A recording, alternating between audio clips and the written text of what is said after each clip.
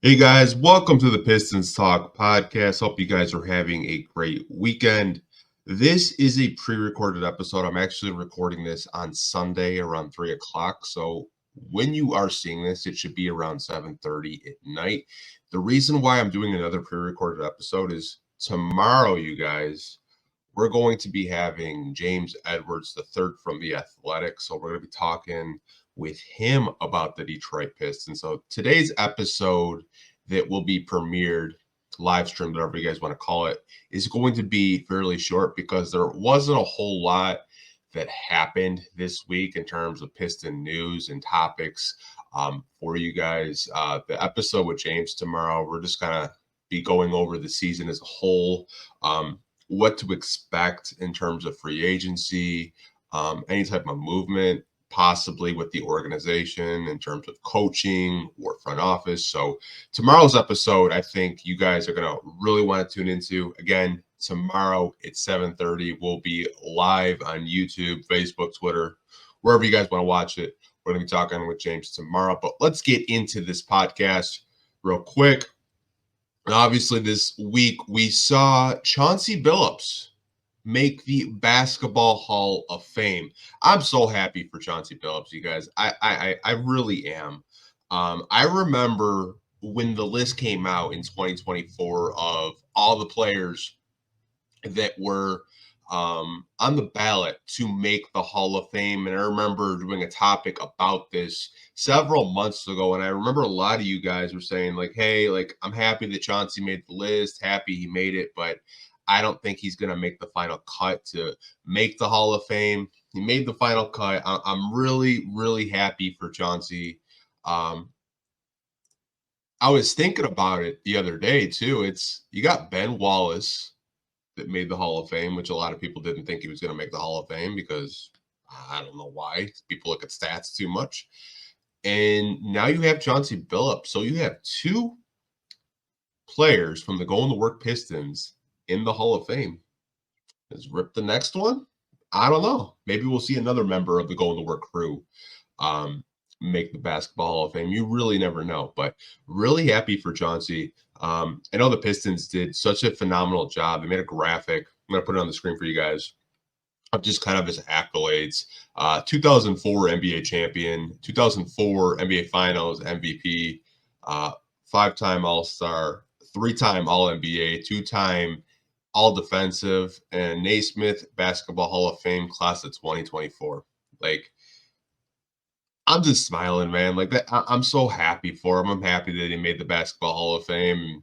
I wanted to spend maybe a couple of minutes kind of talking about Chauncey Billups and the memories I have of him because I think a lot of you guys are like me. You're older. You're around the same age, or maybe some of you are younger. I really don't know. I mean, I'm 32. I just turned 32 last month. Um, but I do remember Chauncey. I do remember Joe D signing him in free agency, and what just a splash in free agency by Joe Dumars and the Pistons to get a guy like Chauncey Billups completely turned your franchise around. You signed a guy that was in Minnesota the year previous, was starting to figure it out, a guy that was a very high lottery pick in his own right, but could really never find his footing in the NBA until he came to the Detroit Pistons. And we saw what happened their first year. Like you had Ben Wallace, who you just traded Grant Hill for from a couple seasons ago. You get Chauncey, you get Rip, and you win 50 games that year. I thought it was just such an underrated free agent signing by Joe Dumars. And honestly, I think that's the last time we really made an impactful free agent signing that you could look to the win column and say that was such a great free agent signing by the Pistons, and that was such a long time ago too. Because we're in 2024 and we're talking about stuff that happened over 15, 20 years ago. But so happy for Chauncey Billups that he did make the Hall of Fame, and I know a lot of Pistons fans are probably extremely happy for him too. I feel like him, Ben Wallace, Rip, Chauncey, just that whole Going to Work crew are just fan favorites of the city, and they'll always be fan favorites of the city. Like that team really embodied what Detroit is all about. This blue collar, hard work, go to work. Um, Again, really happy for Chauncey that he did make the Basketball Hall of Fame. And I know a lot of you guys will probably have some comments about it, about him making the Hall of Fame. I know Artie was talking to a former coworker. He doesn't think he should make the Hall of Fame because his stats, he's just a stats junkie. It's just like, you know, I look at Chauncey in a light where I think he was ahead of his time. Like if he played in the modern NBA right now, he's just your prototypical point guard that would probably be taking, 7 to 10 threes a day or a game. I don't know why I said a day. But really happy for him. I do think he does belong in the Hall of Fame. I don't think looking at his stats really does him any justice because the era he played in was a lot tougher than the current NBA. I don't know if you guys saw, but I know I'm going really off topic, but I saw it last night and I was just like, why the hell would you do that? Bally Sports, they were doing their pregame, right? And I love Bally Sports because, I made some friends with them down there. They've always been really respectful and kind to me, but I don't know who was in charge of production yesterday, but they made a graphic, you guys, and they compared Chauncey Billups' championship year, 03-04, to Cade Cunningham's stats this year. And I'm like, man, the game was completely different when Chauncey played over 20 years ago. And if you look at Cade's stats, like Cade, he's shooting a higher percentage, has more assists, but it's just like, I don't even know why you would do that. I don't know why you would set up Cade because it just kind of seemed like clickbait to try to get people saying, oh, how could you like compare Chauncey to Cade? But I saw that earlier in the day yesterday before the game, the Pistons Nets game, and I was like, oh, what are we doing? Really? Like, why are we comparing Chauncey Billups to Cade Cunningham? But no, I'm rambling a little bit, but I saw it. I thought it was silly to even compare the two, but again, really happy for Chauncey that he didn't make the Hall of Fame. We are going to get into the next topic, and this topic is kind of wild to me because I only got to catch the second half of the game, but I was like, my phone was blowing up, and usually like during Pistons games, my phone doesn't really blow up too often. And it was blowing up because of Malachi Flynn. And if you guys saw the game against the Hawks, Malachi Flynn had a 50-point game off the bench. Now, Malachi Flynn, I look up the numbers. He's the lowest point per game player at 5.3. That's what he averages to have a 50-point game. He was one shy of tying Jamal Crawford's record of 51 points off the bench, but he had a 50-point game against the Hawks. And I went back and I watched the game, and like this guy was unconscious, man. Like I don't know what he did before the game. I don't know if it was that Atlanta atmosphere, because if you've been to Atlanta, Georgia, you know that city is amazing. And if you haven't been to Atlanta, Georgia, 100% recommend you guys going to Atlanta, Georgia. It's so much fun. I've been a couple times. I love it. Love the atmosphere. Love the nightlife. It's absolutely wild down there. But him going for 50 against Atlanta, it's pretty crazy. And someone had mentioned to me in our group chat, if you guys are part of our Bunches group chat, you guys can join that. It's 100% free. I'll put the link in the comment section of this video. But someone had mentioned, I don't really think the 50 points is more to do with Malachi Flynn. It has more to do with the lack of the Atlanta Hawks defense. Because he was talking about how Luka Doncic scored like 70 against the Hawks. And I was just like, oh, like it's hard to score 50 points in a basketball game. So I do want to give Malachi his flowers in that respect. But I do agree. And I can't remember who said this in our group chat, but I do agree with him. I think the Atlanta Hawks' defense needs to be studied. because there's no way you should be giving up 50, 60, 70 points to opposing NBA players like this. This shouldn't. And I think they're a team, and I'm going completely off topic. I think they're a team that's probably going to rebuild this summer, you guys. I really do. Would not be surprised if you see Trae Young and trade rumors. Just wouldn't. I know they're always actively talking with the Pistons about trades, but no, I'm completely going off topic with Malachi Flynns' 50-point game. But I did want to put his game logs, since he did have that 50-point game, because again, I don't know what he did before the game, but he's not doing it, because if you look at the game logs for Malachi Flynn, obviously on Wednesday he had 50 points against the Hawks in a loss. Against Memphis, he went 0 for 12 and had 3 points. And then last night, he went 1 for 7 and had 3 points. I don't think I've ever seen an NBA player have a 50-point game. I can't remember seeing an NBA player score that many points and then not have a double-digit game the next game. I don't think I've ever seen it. I just don't know. Maybe someone in the comments could do some digging, because I know you guys are very intelligent and you'll probably go on Basketball Reference and tell me I'm wrong, which I probably am, but I just can't remember the last time I saw a guy score 50 points and the next night he has 3 points. That's just absolutely wild. And people were saying it was a fluke. Maybe it was a fluke. Who knows? Maybe he just had his NBA 2K sliders all the way up. If you play 2K, you know what I'm talking about. Go into settings and make sure you make every single shot.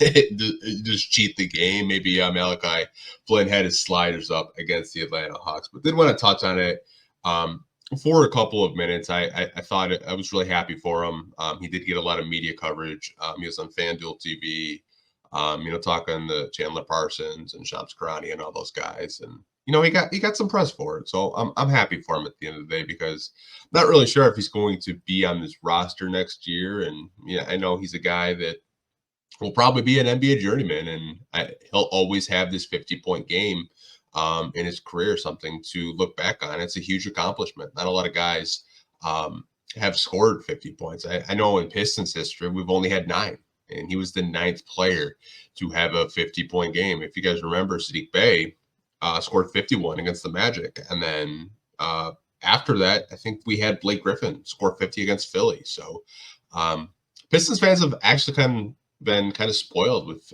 50 burgers recently. I'm just thinking about it. You have Blake, you have Sadiq, and now you have Malachi Flynn. I wonder who's going to be next year. Why don't you guys comment who you think the next player on the Pistons is to score 50? I'll give you my answer. I think it's going to be Cade. I think Cade's going to have a 50-point game one day. Just don't know when. I think he's capable of doing it. If he really wanted to get those shots, I think he could, especially on this roster. This roster's so bad. But again, happy for Malachi Flynn with the 50-point game. So before we do get into the next topic, I did want to talk about the game last night, and I probably should have started off the podcast with the game, but I did want to start the podcast off with Chauncey, because let's start with some positive news, because there's not a lot of positivity going around this city in terms of when you talk about Detroit Pistons basketball. I did want to talk about the game because I did watch it. I thought it was a pretty good game until we got to the fourth quarter.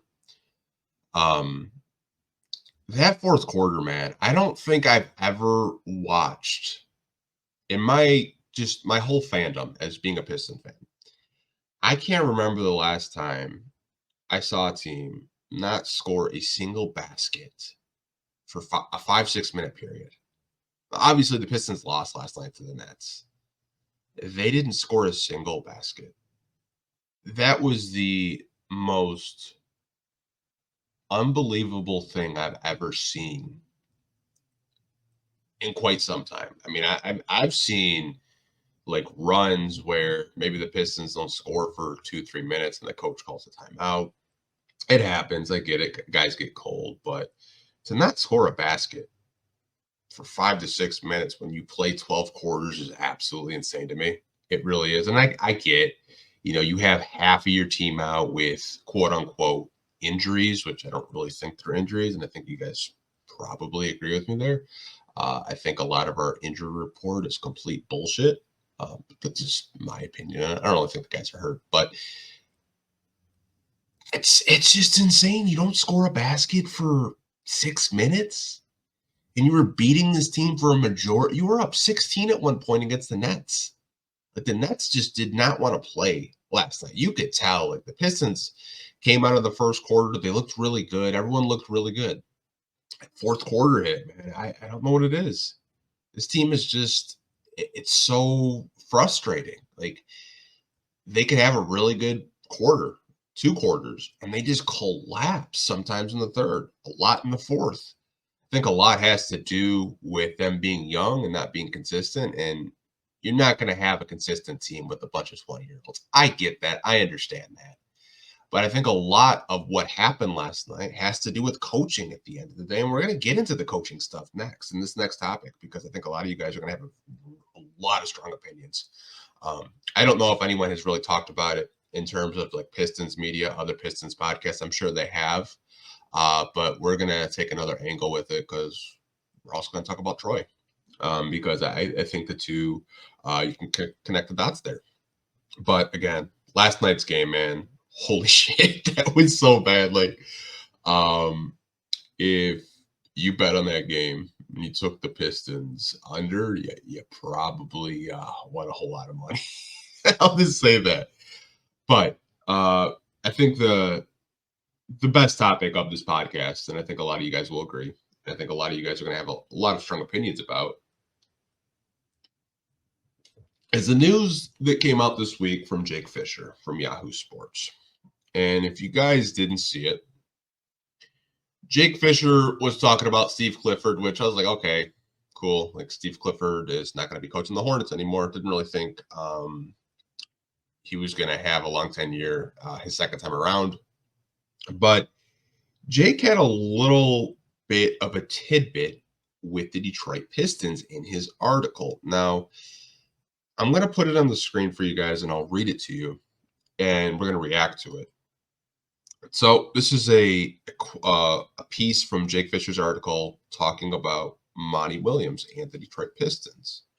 It says, for now, at the bottom of the standings, there has been an ongoing speculation among rival front offices about potential change at the top of Detroit's organizational chart, following the Pistons' strugglesome campaign.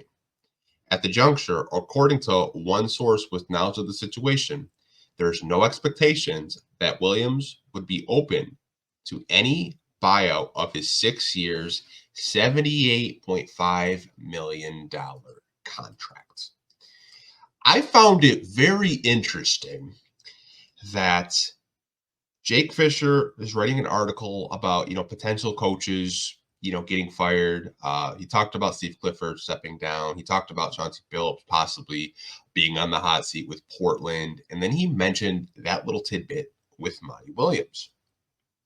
And I think it's funny that he even wanted to kind of like, it's like, hey, like Monty Williams isn't open to a contract buyout. I didn't even know that was on the table. I didn't even know that was a discussion. Now, obviously, I'm not a credential media member. I'm not.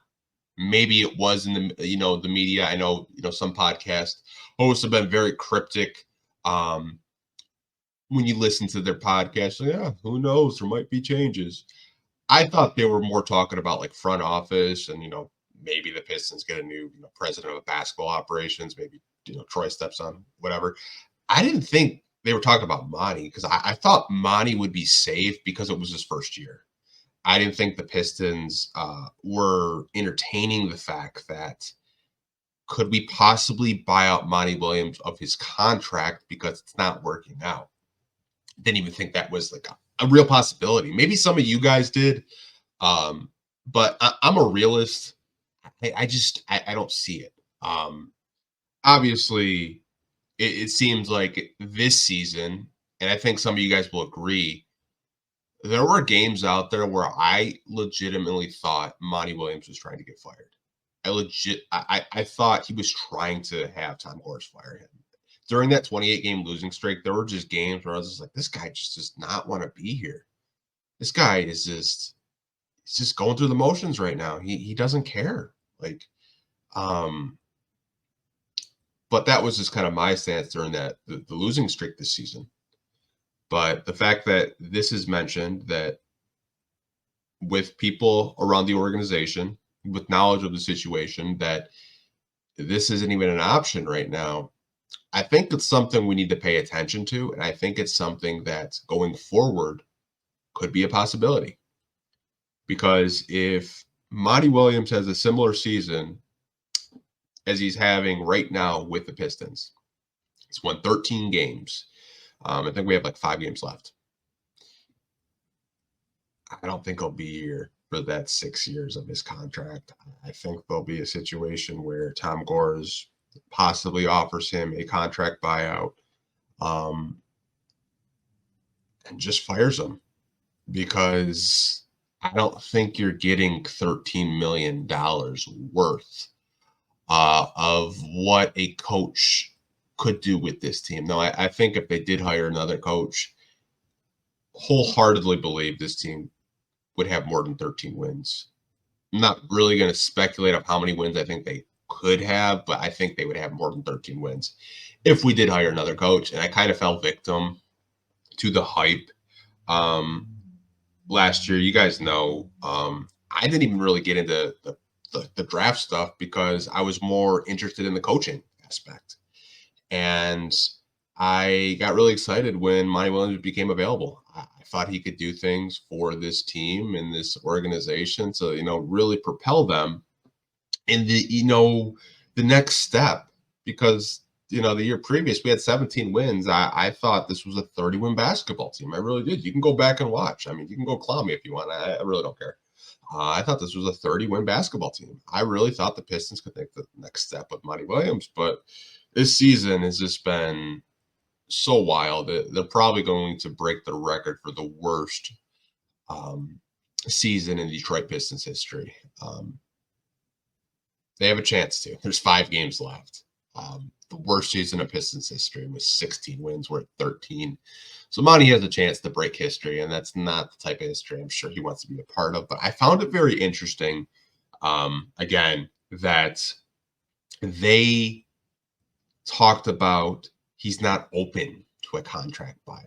So maybe it's been a conversation about buying him out and just getting rid of him. Someone in the organization, someone with a position of power has mentioned it because they don't feel like maybe he's the right coach for this team. I've said recently, I feel like Monty Williams isn't the coach for young players like Caden, Ivey, and Dern. I think he's more of a vets coach. That's why I thought Milwaukee made a lot of sense. Philly made a lot of sense this summer for him. But hey, he's our coach for right now. But keep an eye on him. Maybe a potential contract buyout from Monty Williams. And why I talked about earlier about Troy Weaver and changes, like, other, Detroit Pistons podcasts. I'm sure you guys listen to, not just me. You probably listen to Koo from Lockdown Pistons. You probably listen to Bryson Amari with the Pistons Pulse. You probably listen to Detroit Players with James Edwards and Vinny Goodwill. A lot of those guys have just kind of making like hints, right? Like subtle hints that there is changes coming. I just don't know what it is. And this is my next question. Like, are the Pistons going to fire Troy Weaver? That is a legitimate question. Because I think if you look at his 4 years here, I kind of give him a pass when Blake was here because there was really nothing he could do financially. There was no cap space. You still had Blake Griffin here. I believe Derrick Rose was still on the roster. You just had like a lot of weird players on this roster that just didn't really fit a rebuilding team. And you had a player in Blake that was on a max deal. Obviously, we do get a contract buyout with Weaver under Weaver's first or second year. I don't remember which one it was, but he was kind of limited in terms of what he can make. And I think he kind of hard capped himself also with the Isaiah Stewart trade. Having that type of trade where there's heavily protections on your pick, but you technically can't trade the pick, but you can trade the player on draft night. It's so weird how that works. Like, we couldn't trade our pick right now, but we could trade the player. Like, for example, like if we won the lottery and drafted Alex Sarr, we couldn't trade the first overall pick maybe 2 weeks before the draft, but we could trade Alex Sarr to a team.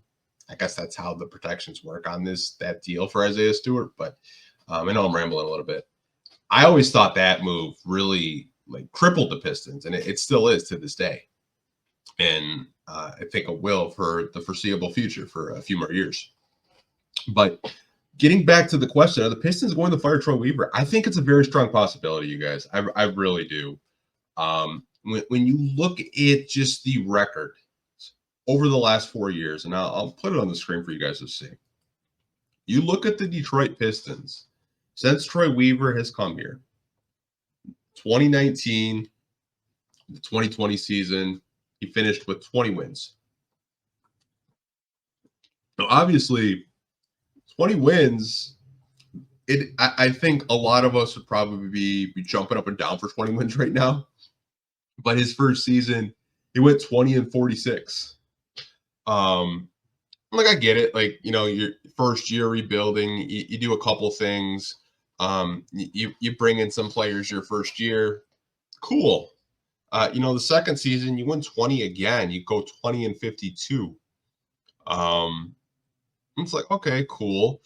2021, 2022, you win 23 wins. So there was a little bit of progression there. You go from 23 wins, and obviously we get Cade Cunningham that year. We get the first overall pick in a draft that, we haven't had a first overall pick since, I want to say it was like the 70s. So there was some progression in the win column, 23 wins. I was pretty happy with it. Obviously, last season, Cade gets injured 12 games of the season, but Dwayne Casey still finds a way to get 17 wins that season with no Cade Cunningham and Jaden Ivey as your point guard, your lead guard.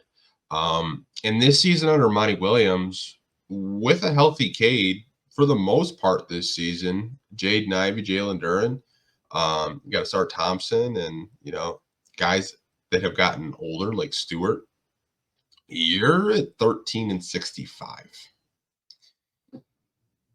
You look at the win column, you guys, like the Pistons are 5 years, 4 years, whatever you want to say, into a rebuild, and they've gotten progressively worse each year.